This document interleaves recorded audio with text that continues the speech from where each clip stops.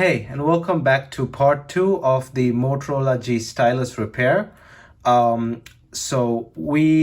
part 1, if you watched it, which you can find up in the card above, in part 1, we ended up testing both Motorola G Styluses. So I guess we will be testing both now as well with the new display. I got an A-grade display, so this is not an original display.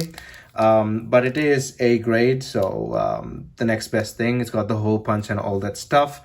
It was like $29 or something. So now I have to make the decision which phone does get the display. One phone we already know works. The other one is the one we repaired. This one's the one that already worked with the destroyed display. This one was the one we repaired, which didn't look destroyed, but the display's ribbon was corroded so badly because of water damage. I got these two phones from this part slot, which you can find in the card above. Now we're going to test out which one is worthy of the display, or which one I will be putting the display to. Let me get a charger here. First, let me get the USB-C going here in case we need to plug it in. Let me just get that done because we need the USB-C cable. But anyway, eventually, if both are working, I will get another display for the other one as well. But I want to be sure before I spend another $29. I want to be sure if both of them are, well, at least with the other one, the water damage one, is properly functional before I spend on another display. Let's try the one we repaired first. See if this is the one that I have least expectations, because I think a few things fell off the boat because the corrosion was quite bad. And it's kind of sad for such a new phone. It's just what, a year old, 2020. So how are we gonna do this? The display ribbons, this is the top, so this comes like this and it locks in like that. So we're gonna do this. Now the old ribbon, so I just cut it off. It's broken.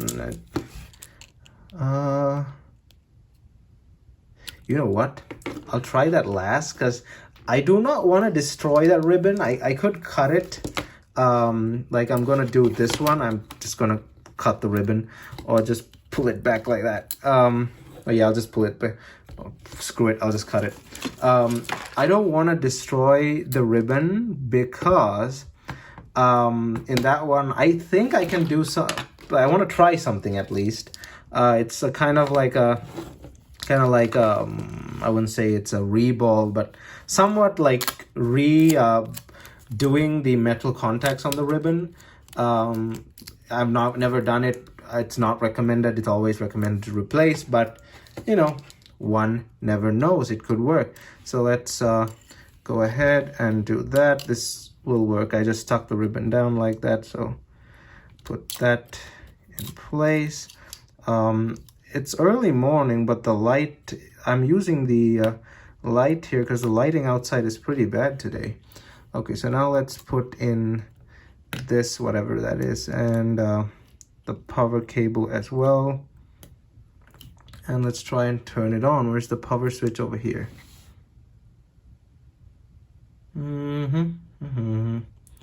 It's not getting anything. So I plugged in this display, and as you can see, it does turn on. It just says charging symbol there because the battery is low. So 12%. I think there's water damage to the battery as well, hence why it just jumped from like charging to 12%. So we do have a functional system. It's just that I want to see if I can get inside the system. Will that work? You know what? I'll let this charge for a while and we'll test the other one, because I know the other one has some charge on it. So let's do away with the battery connector first, and I'll let that one charge for a while on the side there, so that we have charge when we test it out. Let me plug it in and leave it to charge on the side there. In the meantime, let's test out this one. Have I put back all the parts? Let me see. Can't remember if I even put these back properly. It was like a week ago. Well, not a week, a few days ago. Okay, so that is there. Let me plug in the, let me first paste this back like that. Let me get some tape, paste that back.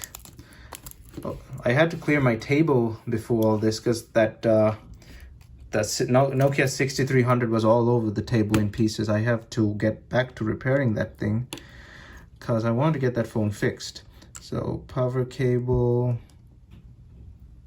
let's plug that in. I know this battery should have some charge, so let's see. Let's try and power it on.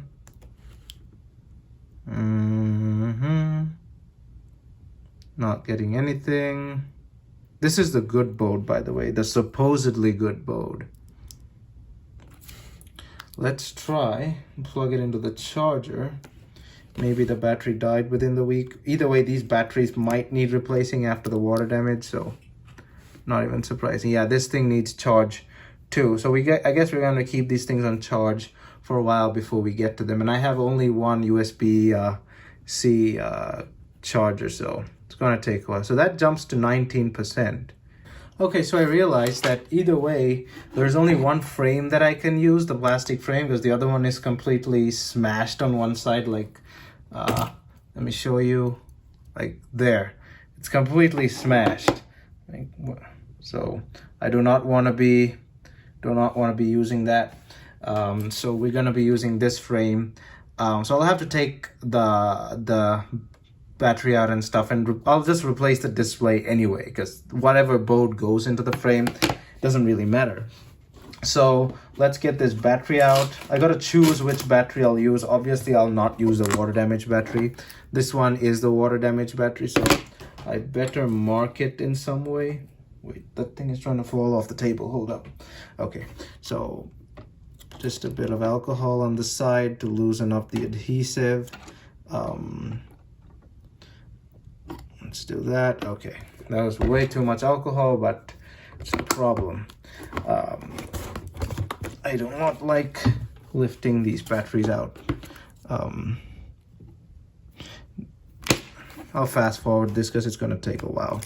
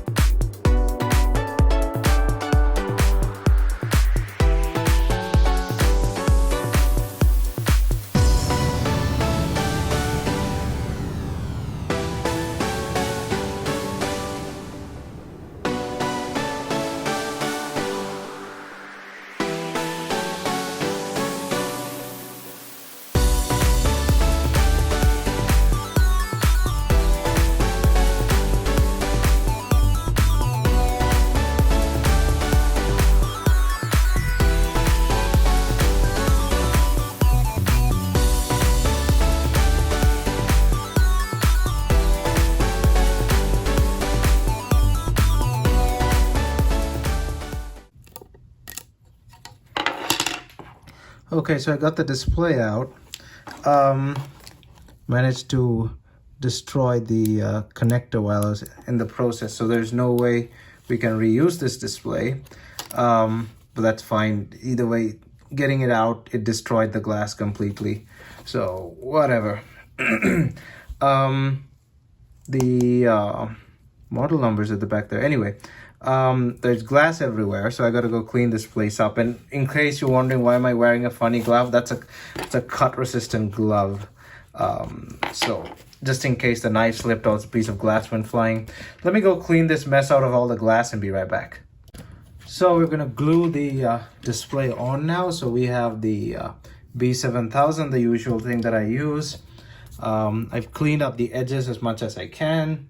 Let's get this film off the new display. Do I have to get this off? No. So I use the alcohol to get rid of most of the excess glue on the edges.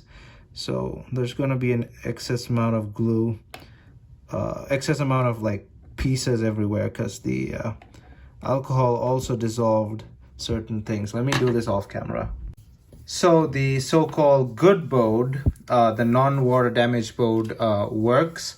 Oops, I gotta blank this out. There's people's personal information here. Let me go ahead, erase this personal information and be right back. But let's see what happens after that. Okay, so now I've put the water damaged board in. We'll see if it turns on. That board, I'll do a reset on it later because it has personal data. Let's see if this thing turns on. Yep, it does, but it's a bit dim, I'd say. So we did fix the board. Well, it did somewhat flicker on and off before as well. I heard a noise. We'll see if this gets us anywhere. I have to press on the power button while pressing on the board because the board contacts are lifted off. This LCD is actually quite nice. I thought it would be a piece of crap, but it's quite nice. So both of these phones are Metro by T-Mobile. They both have passwords, so both I have to reset. So I'll go ahead and do that. So the board that we repaired has a Google account lock on it, but as you can see, the touchscreen works. Everything works fine. I will do a FRP bypass on this thing another time, but for now, this board will stay as is. I also, I think I pointed out earlier, but I can't be sure. A resistor from there went flying off.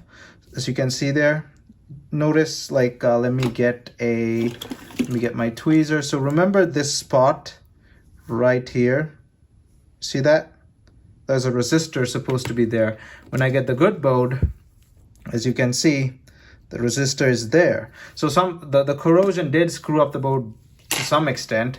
We will have to replace that resistor later, and I'm not sure what it exactly does. I'll have to check the board schematic and see what it exactly does. It may have to do with the call, with the speaker here, or with the front camera. I can't say for sure. Something in this vicinity. Could be this, a supporting, well, no, that's a separate part. Well, it could be the speaker. It could be the speaker, so we might have audio issues, but we shall see in the future. But anyway, this board is not the board that I'll be giving the display to.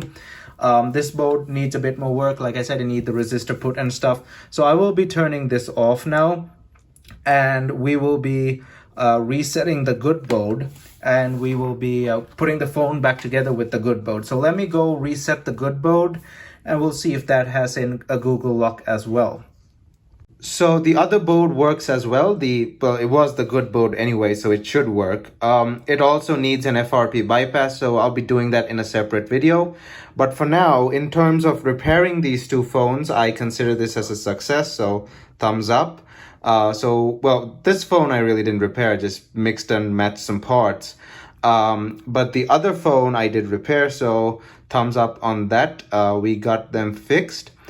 We got that one fixed. I have to still check what that resistor is. I'm assuming the broken resistor was something to do with the speakerphone, the ear speaker, so it's not serious. but I do have to look into it later. But anyway, this was a success, and the phone works. I'll get a display for the other board later, but for now this board will be like that. On this display, the pen, the stylus wants to come flying out for some reason, so I have to check that out. The stylus bay probably has an issue with the lock. I'll check that out later, but it's not important right now. But for now, that's it for this video, and we're done with the Moto G stylus repair. The other phone, I will do a separate video, probably reattach a resistor to the board, maybe later in the summer. I'm not sure, but if that's the case, still stay tuned for that video as well. Thumbs up. Thanks for watching. Don't forget to hit that like button and check out my channel. And if you like what you see, please consider hitting that subscribe button, and I will see you guys in my next video.